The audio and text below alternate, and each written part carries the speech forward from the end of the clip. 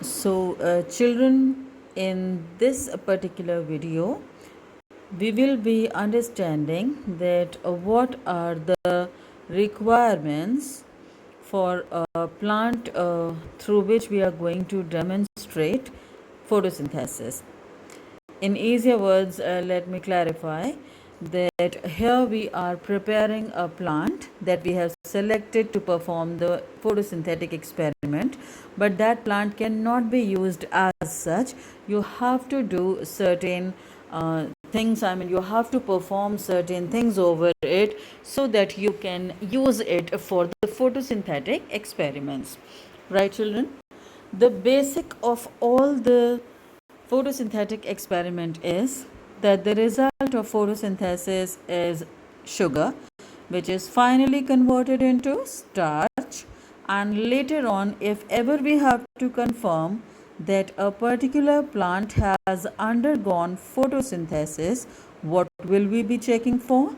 We will be checking for the presence of starch in its leaves, right? If the plant has photosynthesized, that means starch must be present in its leaves as the stored food product. And the test for starch is done by iodine. Few drops of iodine would convert starch into blue black color. This is the basic that you have to keep in your mind, because in your chapter you have around 3-4 experiments where you have to demonstrate photosynthesis, and you have to prove that what are the conditions necessary for photosynthesis, like sunlight is necessary, carbon dioxide is necessary, and chlorophyll is necessary for photosynthesis. And to prove that these things are really necessary, otherwise missing any of these will lead to no photosynthetic process in the plant. This is what you have to prove, right? But we cannot take any raw plant like that. We have to perform something over the plant that we have selected, and then we will be using the same plant for our photosynthetic experiments, right, children? I hope this much is clear to you. Let us understand what do we do with the plant that we have selected to be used later. The first thing is destarching. You must be seeing on the screen. The first point is destarching. D is the prefix used to cancel out something.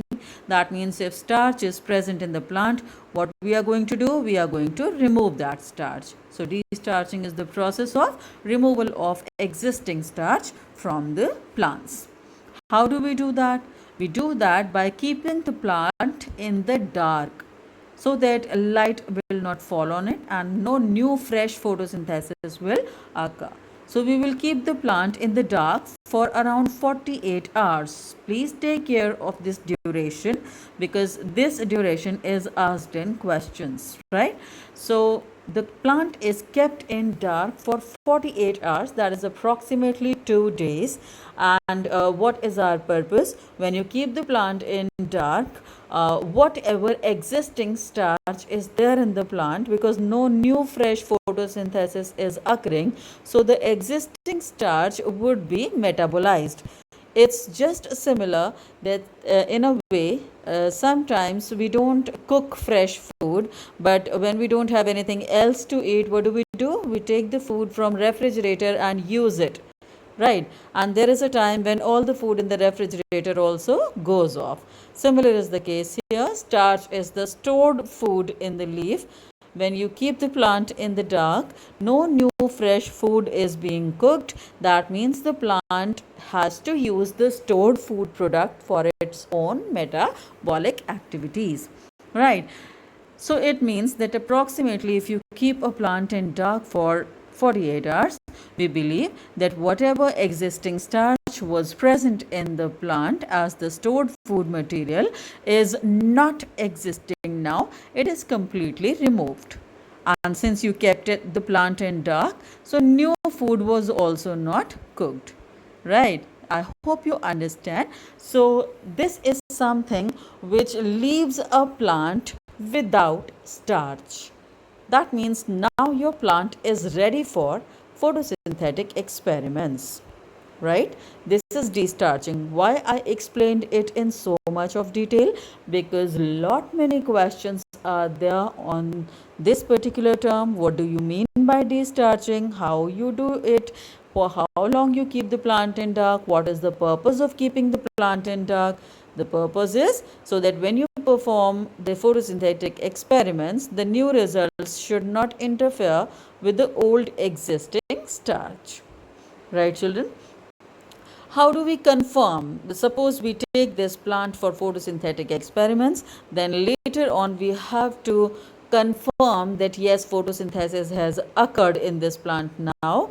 And how do we confirm it? If you see that the first point here is dip the leaf in the plant, leaf of the plant that is used in the experiment in boiled water. Now you boil the leaf in water basically, right? What is the purpose? When you keep it in boiled water for a minute or so, the cells, the living cells of the leaf, they die. So the purpose of keeping in boiled water is to kill the cells. Then what you have to do, you have to make the leaf white. As of now it is green in color. You have to remove all the chlorophyll, right? You have to boil this leaf in some organic solvent, and here you have to boil it in methylated spirit, right children? Understand that methylated spirit, you never keep methylated spirit on the flame directly because it is highly inflammable. So what is flammable? So what is done here? The methylated spirit is kept in the water bath. Right children, water bath, I'll show you how the water bath is set up, but as of now understand that boil the leaf in methylated spirit so that all the chlorophyll content is removed out of this leaf, and now the leaf becomes off white.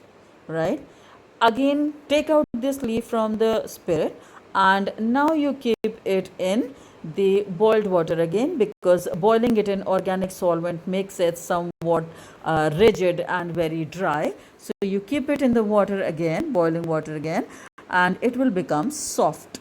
Right, since the leaf is white now, where the photosynthesis has occurred, whether the photosynthesis has occurred in this leaf or not, and where area also is specified, because if the leaf is totally green, whole leaf would turn blue black, but if the leaf was spotted, that means somewhere patchy, somewhere white, somewhere yellow, somewhere green, so only the green area would photosynthesize and rest of the area would not photosynthesize.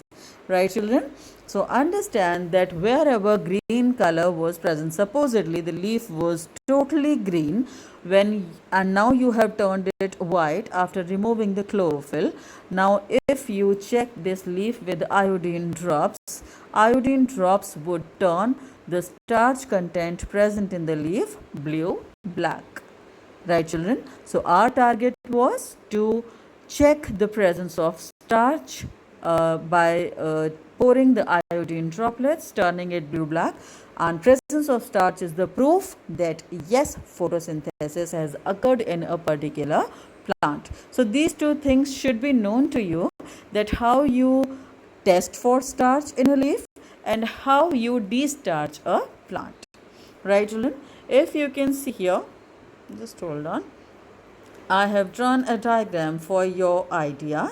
Now this is a water bath. I hope you understand this is how sometimes we melt the chocolate or butter at home, keeping the beaker or the test tube containing that leaf in boiled water. I mean vessel within a vessel. This is how you keep the setup. Outside is water, light blue color depicts water, and the darker blue depicts spirit, where the leaf was kept to remove chlorophyll. Right children, and when this leaf becomes off white, the right side, the structure that you can see is an off white leaf. I had to put some color into it, otherwise you won't be able to see how it is not exactly white. So when you pour the iodine droplets over it, the area which underwent photosynthesis would turn blue black because of the presence of starch. I hope this much is clear to you. So with this knowledge as the basic, right, we will be proceeding with rest of the experiments. Right children?